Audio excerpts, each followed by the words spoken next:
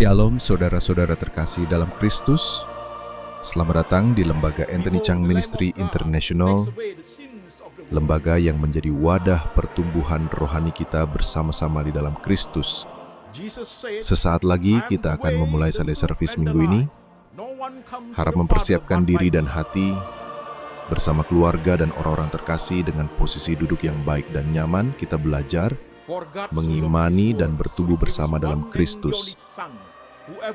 Selamat beribadah dan Tuhan Yesus memberkati.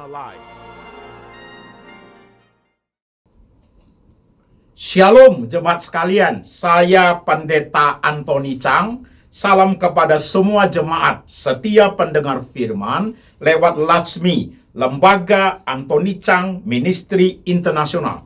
Ibadah Laksmi hari ini temanya adalah mengapa Yesus harus disalib? Mengapa Yesus harus disalib?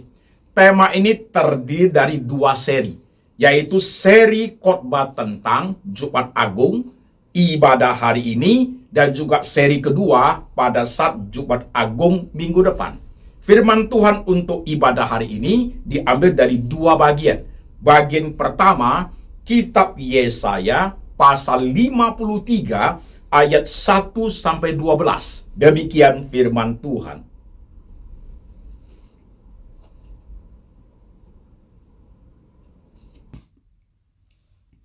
Siapakah yang percaya kepada berita yang kami dengar? Dan kepada siapakah tangan kekuasaan Tuhan dinyatakan? Sebagai taruk ia tumbuh di hadapan Tuhan, dan sebagai tunas dari tanah kering. Ia tidak tampan dan semaraknya pun tidak ada, sehingga kita memandang dia. Dan rupanya pun tidak, sehingga kita menginginkannya. Ia dihina dan dihindari orang, seorang yang penuh kesengsaraan dan yang biasa menderita kesakitan. Ia sangat dihina, sehingga orang menutup mukanya terhadap dia, dan bagi kita pun dia tidak masuk hitungan. Tetapi sesungguhnya, penyakit kitalah yang ditanggungnya, dan kesengsaraan kita yang dipikulnya. Padahal kita mengira dia kena tulah, dipukul dan ditindas Allah. Tetapi dia tertikam oleh karena pemberontakan kita. Dia diremukkan oleh karena kejahatan kita. Ganjaran yang mendatangkan keselamatan bagi kita ditimpakan kepadanya. Dan oleh bilur-bilurnya kita menjadi sembuh. Kita sekalian sesat seperti domba. Masing-masing kita mengambil jalannya sendiri. Tetapi Tuhan telah menimpakan kepadanya kejahatan kita sekalian. Dia dianiaya, tetapi dia membiarkan diri ditindas dan tidak membuka mulutnya seperti anak domba yang dibawa ke pembantaian. Seperti induk domba yang keluh di depan orang-orang yang menggunting bulunya. Ia tidak membuka mulutnya sesudah penahanan dan penghukuman ia terambil. Dan tentang nasibnya, siapakah yang memikirkannya? Sungguh, ia terputus dari negeri orang-orang hidup, dan karena pemberontakan umatku, ia kena tulah. Orang menempatkan kuburannya di antara orang-orang fasik, dan dalam matinya ia ada di antara penjahat-penjahat. Sekalipun ia tidak berbuat kekerasan dan tipu tidak ada dalam mulutnya. Tapi Tuhan berkenan meremukkan dia dengan kesakitan. Apabila ia menyerahkan dirinya sebagai korban penebus salah, ia akan melihat keturunannya, umurnya akan lanjut, dan kehendak Tuhan akan terlaksana olehnya. Sesudah kesusahan jiwanya, ia akan melihat terang dan menjadi puas. Dan hambaku itu, sebagai orang yang benar, akan membenarkan banyak orang oleh hikmatnya. Dan kejahatan mereka dia pikul. Sebab itu, aku akan membagikan kepadanya orang-orang besar sebagai rampasan, dan ia akan memperoleh orang-orang kuat sebagai jarahan, yaitu sebagai ganti karena ia telah menyerahkan nyawanya ke dalam maut, dan karena ia terhitung di antara pemberontak-pemberontak, sekalipun ia menanggung dosa banyak orang dan berdoa untuk pemberontak-pemberontak. Amin. Firman Tuhan bagian kedua dari Injil Matius pasal 27 ayat 11-26. Demikian firman Tuhan.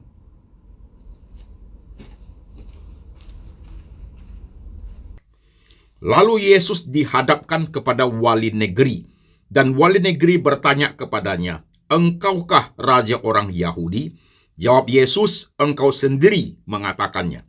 Tetapi atas tuduhan yang diajukan imam-imam, kepala, dan tua-tua terhadap dia, ia tidak memberi jawaban apapun. Maka kata Pilatus kepadanya, "Tidakkah engkau dengar betapa banyaknya tuduhan saksi-saksi ini terhadap engkau?" Tetapi ia tidak menjawab suatu kata pun, sehingga wali negeri itu sangat heran. Telah menjadi kebiasaan bagi wali negeri untuk membebaskan satu orang hukuman pada tiap-tiap hari raya itu atas pilihan orang banyak. Dan pada waktu itu, ada dalam penjara seorang terkenal kejahatannya yang bernama Yesus Barabas. Karena mereka sudah berkumpul di sana, Pilatus berkata kepada mereka, "Siapa yang kamu kehendaki kubebaskan bagimu?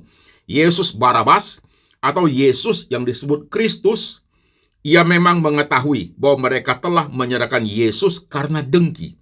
Ketika Pilatus sedang duduk di kursi pengadilan, istrinya mengirim pesan kepadanya, "Jangan engkau mencampuri perkara orang benar itu, sebab karena dia aku sangat menderita dalam mimpi tadi malam." Tetapi oleh hasutan imam-imam kepala dan tua-tua, orang banyak bertekad untuk meminta supaya Barabas dibebaskan dan Yesus dihukum mati. Wali negeri menjawab dan berkata kepada mereka, "Siapa di antara kedua orang itu yang kamu kehendaki kubebaskan bagimu?" Kata mereka, "Barabas." Kata Pilatus kepada mereka, "Jika begitu, apakah yang harus kuperbuat dengan Yesus yang disebut Kristus?" Mereka semua berseru, "Ia harus disalibkan," katanya. Tetapi kejahatan apakah yang telah dilakukannya? Namun mereka makin keras berteriak, "Ia harus disalibkan." Ketika Pilatus melihat bahwa segala usahanya akan sia-sia, maka sudah mulai timbul kekacauan. Ia mengambil air dan membasuh tangannya di hadapan orang banyak itu dan berkata, "Aku tidak bersalah terhadap darah orang ini. Ini urusan kamu sendiri." Dan seluruh rakyat itu menjawab, "Biarlah darahnya ditanggungkan atas kami dan atas anak-anak kami." Lalu ia membebaskan Barabas bagi mereka, tetapi Yesus disesahnya, lalu diserahkan untuk disalibkan. Amin. Saudara-saudara sekalian, firman Tuhan sudah kita baca, firman Tuhan sudah kita dengar. Mari kita tunduk kepala, kita berdoa. Tuhan Yesus, kami sudah dengar firman. Kami sudah baca firman-Mu. Sekarang roh Tuhan bekerja, mengurapi hamba-Mu dengan hikmat dan bijaksana, supaya bisa menguraikan firman Tuhan itu ke dalam bahasa sehari-hari kami, Tuhan. Kami ingin mendalami, kami ingin mengerti makna sedalam-dalamnya tentang salib Tuhan. Beri kami hati seorang murid pada saat kami mendengar firman. Kami mengerti, kami memahami, dan kami merasakan bahwa cinta Tuhan, kebaikan Tuhan, pengorbanan Tuhan kepada kami orang berdosa itu sangat dalam. Ajar kami sebagai murid-murid Tuhan boleh memahami dengan baik. Tuhan berbicara, kami mendengar. Kami siap hati, siap pikiran, siap iman untuk diberkati. Tuhan Yesus berbicara, kami mendengar.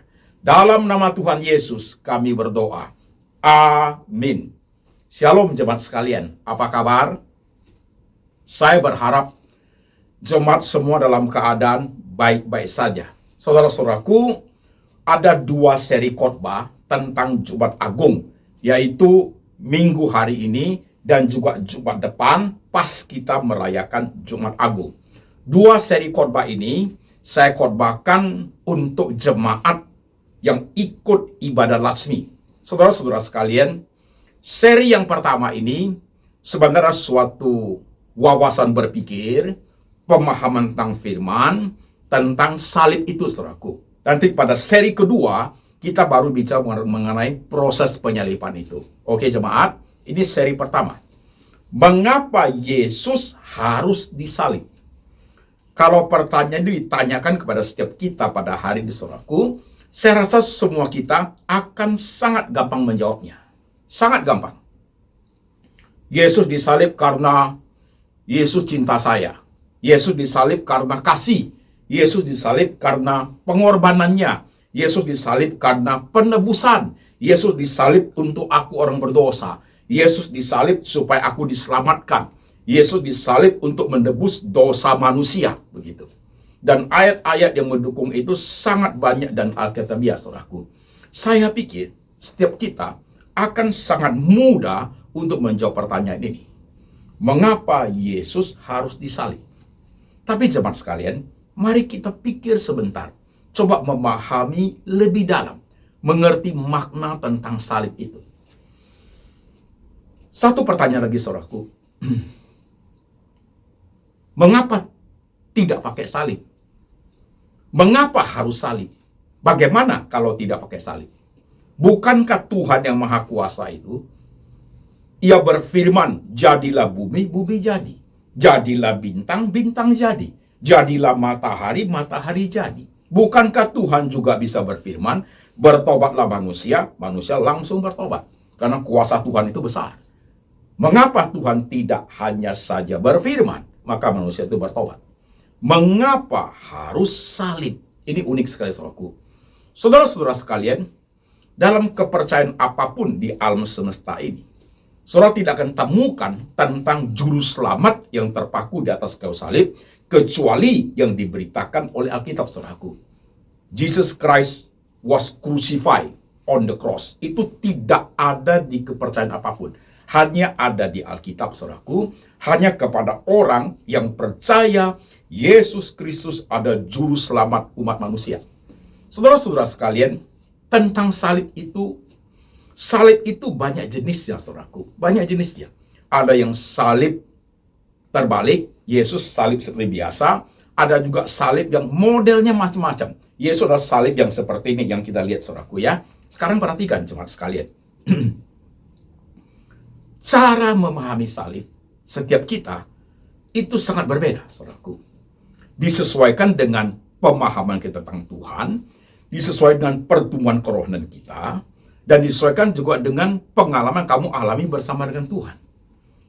Saudara perhatikan, saya ambil 1, 2, 3, 5 bagian cara memahami Tuhan, cara memahami tentang salib Tuhan. Oke, perhatikan. Bagian pertama, sebagai orang Kristen, seperti yang saya katakan tadi, saudaraku, akan sangat mudah. Ayat-ayat yang kita baca tentang kitab Yesaya tadi, yang kita baca tentang Injil Matius tadi, saudaraku, tentang Yesus, salibkan dia, bebaskan Barabas. Saudara akan sangat mudah menjawab. Itu cara pandang pertama sebagai orang Kristen, saudaraku. Karena kasih, karena pengorbanannya, keselamatannya, penebusannya, karena aku orang berdosa. Seabrek-abrek kita bisa menjawab, dan itu pasti benar, saudaraku. Begitu. Itu yang pertama, saudaraku, ya. Tapi mari kita lihat beberapa bagian yang lain. Ada juga orang Kristen, saudaraku. Ini bagian kedua. Cara pandang salibnya itu berbeda. Bedanya apa, Pak Pendeta? Mereka itu, saudaraku, akan merasa, saya dari kecil sudah Kristen. Papa, mama, engkong saya juga Kristen. Begitu. Dan saya jadi Kristen, di KTP saya tertulis Kristen atau Katolik. Dan saya tidak minta. Itu sudah ada pada KTP saya. Dari generasi ke generasi. Yesus disalib pun saya tidak minta. Karena tidak ada hubungan dengan saya. Ada orang seperti itu, saudaraku. Jadi bagi dia, saudara sekalian, salib itu sesuatu, ya begitulah, Pak. Begitu. Tidak ada koneksinya. Itu sangat menyedihkan. Itu ironis, saudaraku. Ada orang Kristen yang seperti itu. Jadi dia merasa, ya Kristen karena keturunan. Yesus tahu saya, Pak. Tebus orang berdosa. Iya. Ya begitulah, Pak. Saya Kristen kok. Ada orang Kristen begitu, banyak jemaat sekalian. Ya, tadi satu sudah, sekarang kedua, sekarang ketiga. Ada juga orang-orang Kristen, ketika melihat salib Tuhan, saudaraku, perbedaan yang ketiga adalah, dia dulunya adalah orang percaya yang sungguh-sungguh. Ada hubungannya dengan Tuhan, saudaraku. Hubungan dengan Tuhan itu dekat, karena dia merasa diselamatkan, saudaraku. Tapi dengan berjalannya perjalanan hidup kepercayaan dia, dengan naik turunnya kehidupan yang dihadapi, saudaraku, membuat dia menjadi patah arang. Membuat dia menjadi disappointed with God. Membuat dia menjadi kepahitan dengan Tuhan. Katanya Yesus disalib. Yesus menderita untuk saya. Tapi kok saya susah? Itu ada orang Kristen jenis ketiga yang seperti itu, saudaraku. Jadi mereka merasa pengorbanan Tuhan buat apa? Toh hidup saya hari ini juga susah kok. Nggak senang kok hidup hari ini. Bahkan saya diejek, difitnah orang kok. Tuhan tidak tampil untuk menolong saya.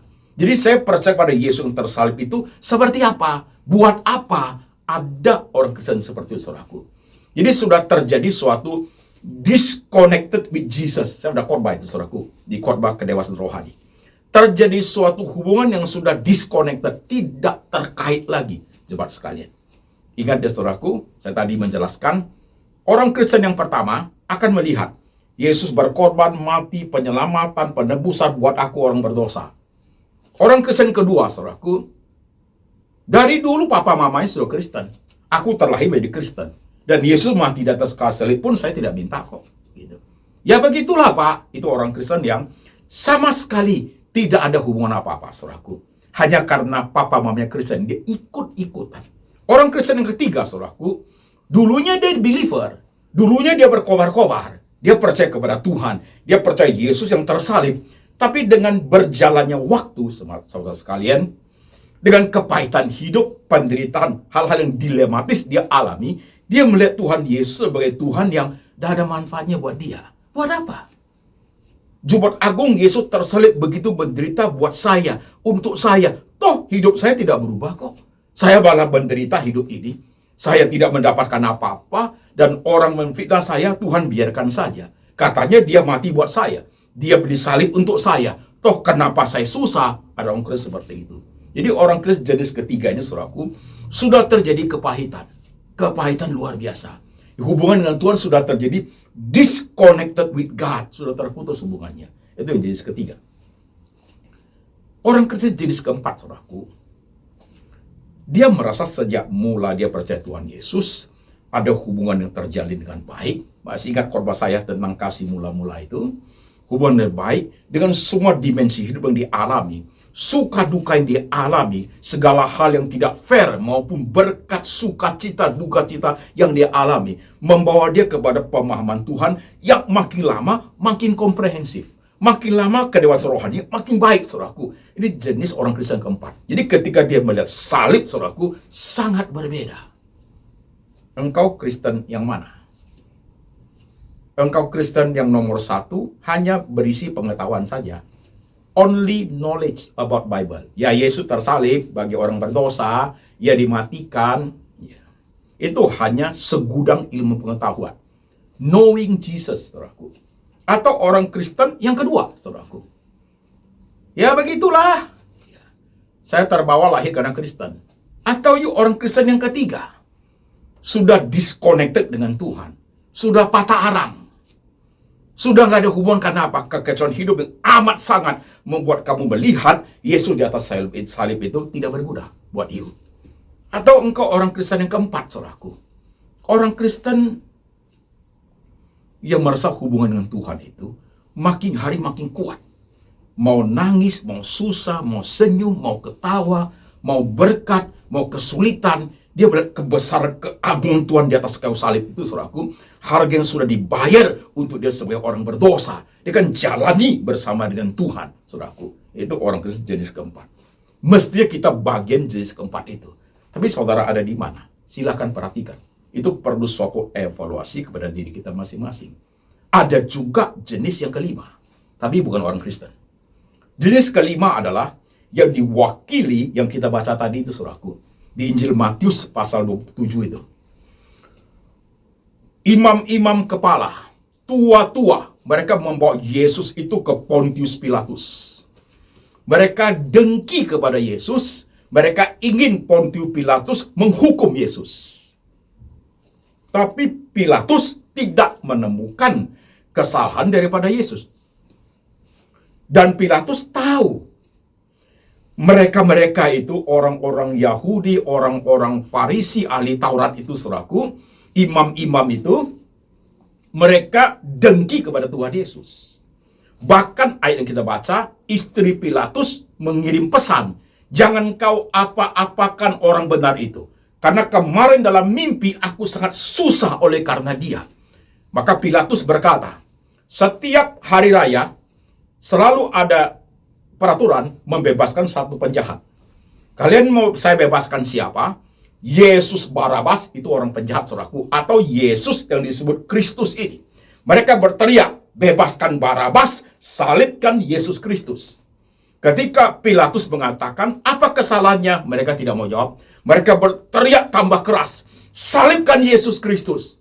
Akhirnya Pilatus cuci tangan dia, saudaraku. Cuci tangan artinya bahwa dia tidak ikut terlibat dalam hal ini. Cuci tangan artinya saya tidak menanggung darah orang ini. Itu urusan kalian. Ayat itu tertulis begitu. Maka tua-tua itu, imam-imam kepala berteriak dengan sangat berani. Darah orang itu, maksudnya darah Tuhan Yesus, saudaraku, biar ditanggung oleh kami dan anak-anak kami. Berani sekali. Nah, inilah sekelompok manusia, saudaraku, yang melihat salib itu berbeda. Mereka melihat salib tempat mengekspresikan kebencian, kedengkian.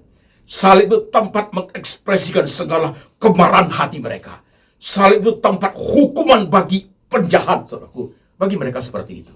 Jadi kalau kita mau lihat salib itu, saudaraku, ya, Alkitab sebenarnya bercerita sangat fair, terbuka untuk semua manusia.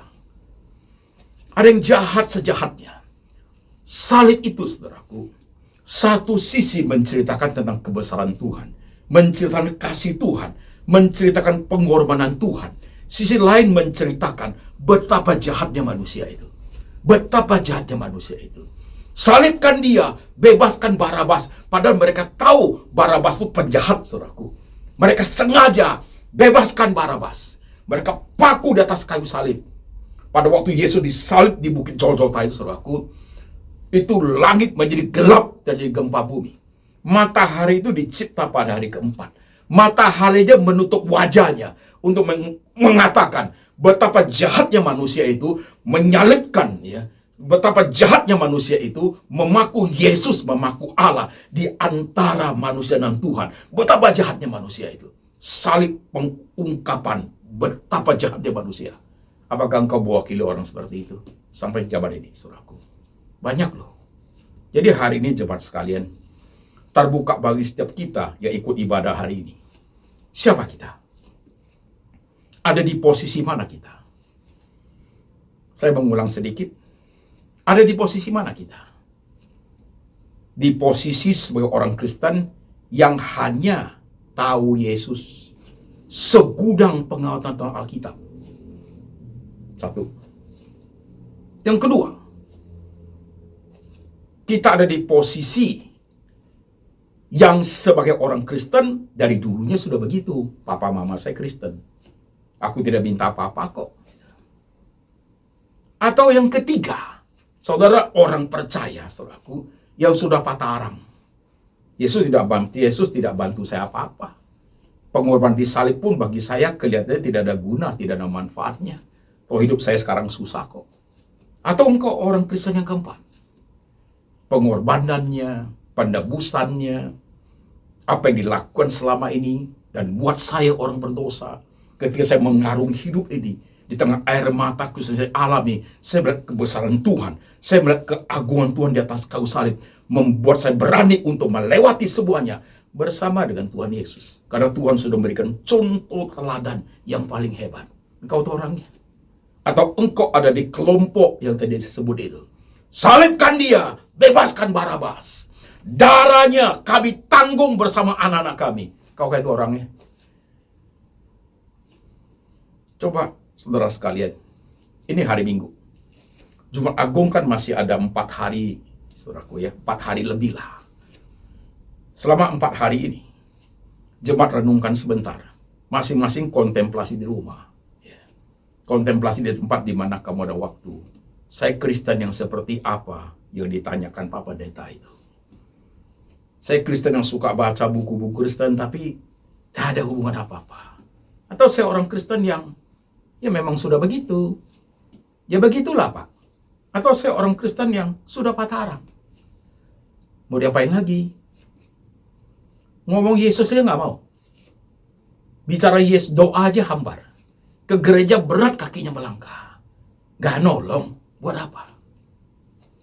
Atau engkau anak Tuhan yang sangat hidup rohaninya, sangat progresif pertumbuhan imannya, melihat semua itu, melihat salib itu agung dan mulia.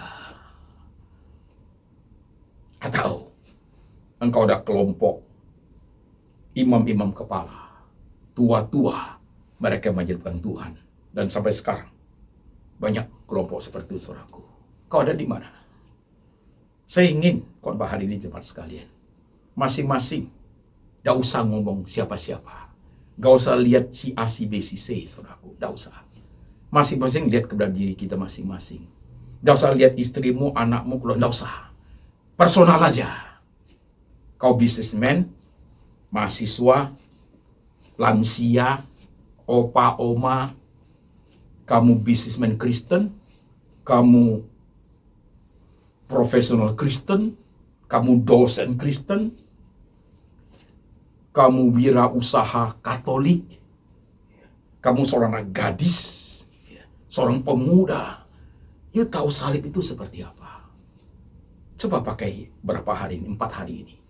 Perlu merenungkan, kontemplasi yang sejujurnya, setulus-tulusnya, sedalam-dalamnya. Gak usah disembunyikan dan gak usah pakai kata-kata hiasan. Real saja apa yang tercetus dari hatimu, saudaraku. Coba itu. Nanti waktu Jumat Agung prosesnya kita baru khotbah di seri kedua.